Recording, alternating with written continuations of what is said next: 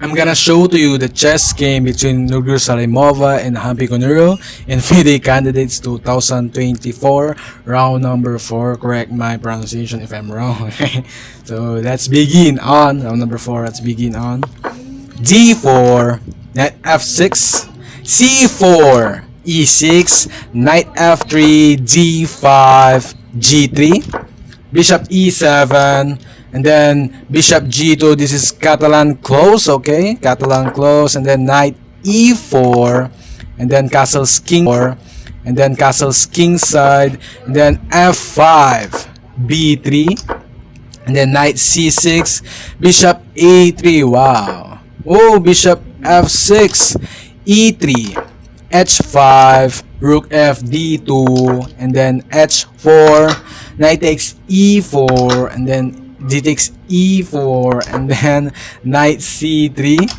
and then H takes G3, and then H takes G3, queen to D7, rook C1, queen F7, F3, E takes F3, queen takes F3, and then bishop to D7, then knight to B5, and then rook C8, and then rook C D1, then queen to G6, and then queen to G6, and then knight C3, king F7, knight E2, and then queen H6, and then E4, G5, king F2, G4. Mistake. The best move is queen H5.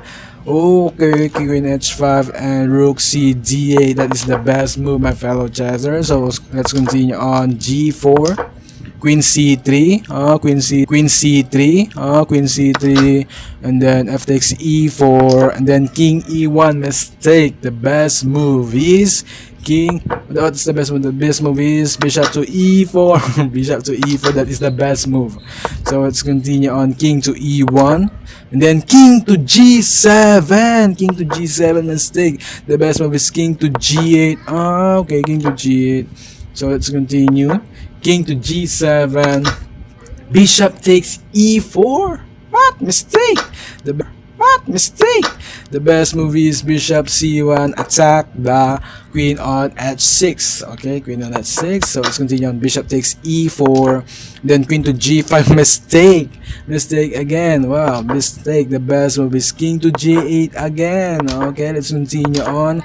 Queen to G5, and then bishop C1, queen A5, and then queen takes A5, knight takes A5, and then rook F4, rook H2, rook takes H2, rook takes G4, king H8, rook G6, bishop G7, then bishop F4, knight C6, then G4, and then rook H3, and then rook G5, rook F8 attacking the bishop. Rook F8 attacking the bishop on F4. So let's continue. So bishop G2, and then rook H7. Wow, rook H7. And then bishop takes C7. Bishop takes C7. Then bishop H6 attacking the rook on G5. And then rook H5. And then bishop E8 attacking the rook on H5. And then rook H3. And then rook H3. Then bishop G6, bishop D6 attacking the rook on F8, and then rook to D8 attacking the bishop on D6, obviously, and then bishop F4, bishop takes F4, and then knight takes F4, and then rook takes H3, and then bishop takes H3. Wow! Bishop C2 attacking the rook on D1, and then rook to D2. Rook takes D4. Wow! Knight takes E6, and then rook E4. Rook E4 attacking. What can you solution that game? What? Okay. King F2. Rook takes E6. Rook takes C2. Knight B4, and then rook to D2, and then rook A6.